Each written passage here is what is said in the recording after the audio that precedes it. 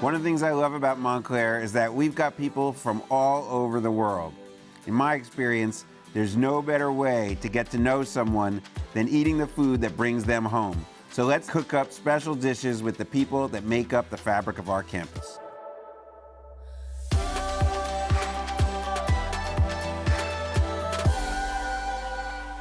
Cooking with Koppell, Season 4, Episode Cardrienne, Take 1. Hi, my name is Cardrienne McDonald Sarin, and I'm the Assistant Director of Communications and Academic Records in the Office of the Registrar. 33 years ago, I started working as an admissions counselor in undergraduate admissions. Over the years, I've had promotional opportunities, which led me to the graduate school and then my current role. What I love about Montclair is the way that I get to really listen to students and help them with what they need so that they can achieve their ultimate goals. Today I'm cooking Huli Huli Chicken with President Koppell. Huli Huli Chicken reminds me of a time that I visited Hawaii as an undergraduate student. It's a food memory and I make frequently at home. I more or less direct my husband, who's a professional chef, to make it, but it's a taste that we all enjoy, and I always recount the peace that I felt in visiting the island of Oahu. I can't wait to taste how this turns out. Okay, I'm here with Cardrienne McDonald Sarin. Cardrienne, what are we going to cook today? There's all these fantastic ingredients. Today we're making Huli Huli Chicken.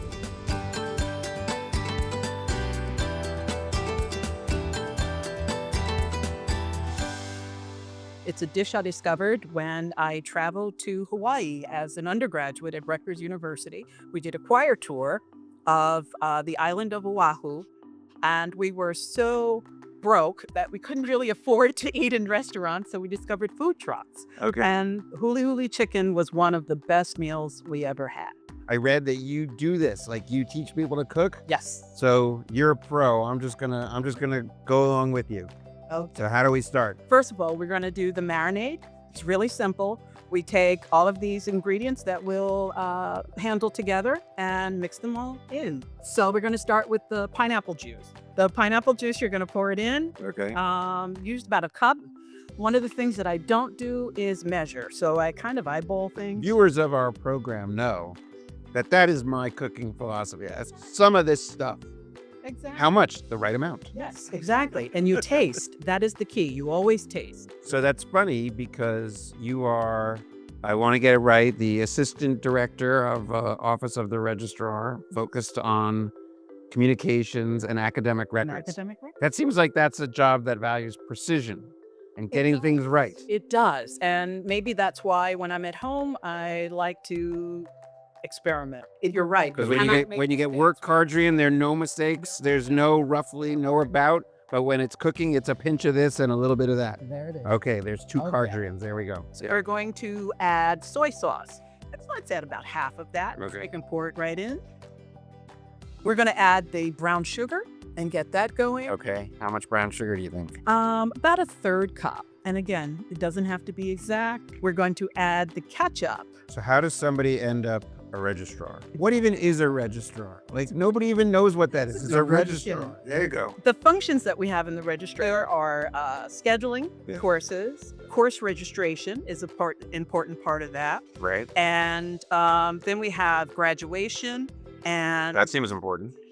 that's the more important part of it all. What else? We're going to add a little bit of vinegar. Yes, go ahead and add probably a little more than half of that. So how does somebody end up a registrar? By accident. I started off as an admissions counselor here in the undergraduate admissions office. Garlic, the aromatics are important. When you said when I started, that was a little what? 33 years ago. That's like one of the coolest things about Montclair is we've got quite a few people who have really dedicated their whole professional lives to this university. Started off doing admissions, and so then how did you end up where you ended up? I moved from undergraduate admissions into graduate admissions. I decided I wanted to do something a little bit different. And I stayed there for a couple of years. And in the process of being across the hall from the registrar's office, I became very interested in what went on there. Yeah. And there was a position that came up, and I applied. And now you do it.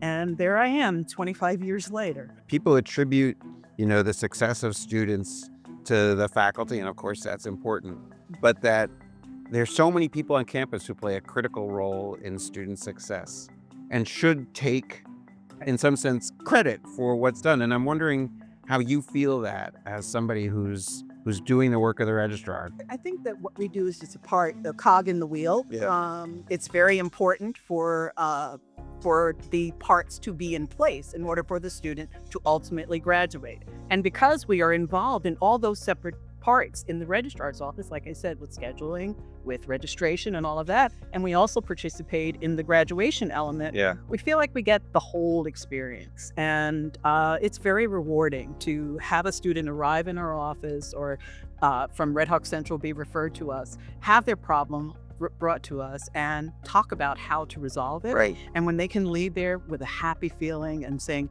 wow, graduation is in sight, Yeah. that's when we know we've done our job. That's fantastic. And people may not appreciate all that goes right, but they sure know it when something goes wrong. Oh, absolutely. And they tell us that too. So we always like when we can give them a smile instead. So that's the marinade. We'll place the chicken into this marinade that we've prepared. So we will cover this chicken, place it in the refrigerator, and now I'll show you the second part. So your husband's a chef. Yes, he is. So what does he cook? Everything. You won't believe that he came to the United States as a specialist in Scandinavian cooking. That is what he began with. So I have a confession to make. Yeah. So I have the brain of a 8-year-old.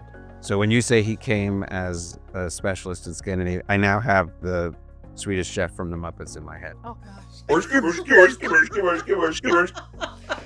he is a character, and I'm going to make sure that I share this with him so that he will laugh. He loves to laugh. So you were talking about your family coming from the South, like so many African-American families, part of the Great Migration. Do you still feel the connection to the South? Oh, absolutely. Psychologically, emotionally, culturally? Absolutely. It is my home. My mother came here in the mid-50s, and my aunt had come before and settled, and she invited my mom to come, and they decided that they were going to start a business together. Two women decided that there was a service meeting, and that was beauty services, and they opened up a beauty salon in Hackensack, the first Black-owned business on Main Street. And I remember that business as a baby. I remembered visiting with them during the day. And my father's family, they were master bakers. So there's a pound cake recipe in our family that is fantastic. I actually have one family member who is the first Black woman PhD in forestry. And we have a very accomplished family. My aunt, my mother's sister that owned the beauty salon with her, got her PhD and was a dean of students at Fairleigh Dickinson, and later on became a vice president at Bloomfield. So, at Bloomfield College. Yeah. So there you go. So, part of Montclair in a way. I'm so excited that I finally finished my master's in higher education leadership at William Patterson. I'll be graduating in May. Nice. And I'll also be singing the national anthem. Well, you said you're a singer. I am. So you're singing at the graduation. I am. That's pretty awesome. There we are. There we go. Okay, so while the chicken was cooking, it looks like our marinade that's going to be the sauce has cooked down. So we want to add the cornstarch slurry, about 2 teaspoons of that, and just mix it, and it will thicken. Okay, and then we're going to have a nice little salad, I think, with our meal. Yeah, usually add just cucumber, onion, and tomato. Very simple salad, not much to it. Yep. Just to cool the palate. So you mentioned your daughter likes to eat. So tell me, how old's your daughter, or what are her favorite foods? My daughter Destiny is 12 years old. We adopted Destiny when we actually brought her to our home as a foster child. I see. And we were able to adopt her in 2014. Mm-hmm. But our home is the only home she ever knew. She's 12 and she's fantastic. Yeah. She knows that she is loved, that's for sure. Which is a great thing. Every child should know that they are loved. Exactly. Now, for the dressing, Yeah. I always prefer just a little bit of citrus, And I'm gonna add the olive oil. Okay. And I add a little salt, a little pepper. Look at that. That looks pretty. Yeah. Let's eat. Okay.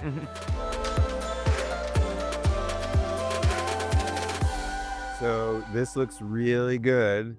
As you said, we eat with our eyes, and my eyes are ready to eat. Oh, good, good. What does it look like when we're at the McDonald Sarin household and the Huli Huli Chicken? Is that what would it be looking like around the table? Well, there'll be a large group of us.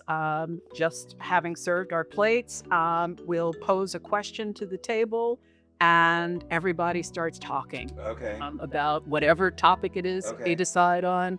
And we discover things about each other we didn't know. Oh, that's cool. So it's not just about the food; it's also about getting to know each other. Exactly, and that's what I love to do. That's pretty tasty. I gotta tell you, I was worried it was going to be too sweet, but it's not so sweet. It's okay. It is not. Yeah. The balance of works the out. soy and a little bit of spice is wonderful. And the sriracha, I can taste it. Mm. Wonderful. So, since you have been at Montclair for 33 years, and we're talking about things changing over time. When you think about the biggest differences between the Montclair you joined and the Montclair of today, what pops into your head? The student-centeredness. I love the fact that student belonging is the most important thing. Do you think the students are different than the students of 30 years ago? Students from 30 years ago were not particularly aware of what they really wanted to do. I noticed that students nowadays arrive with very certain ideas about what they'd like to achieve. They know exactly how long they want to take to do it, and they know exactly where they want to go once they've been. Oh, that's really interesting. So now it's your family dish. You've had probably more meals than you can count eating this dish. Does it still trigger the memory of being in Every Oahu? single time. Really? Every single time. The first bite always takes me back to being at the food truck, standing with my friend Karen, who we still talk to this day. Yeah. As a matter of fact, I talked to her last week about doing this, and Yeah. she was like, I remember that. It was so much fun. And That's pretty cool.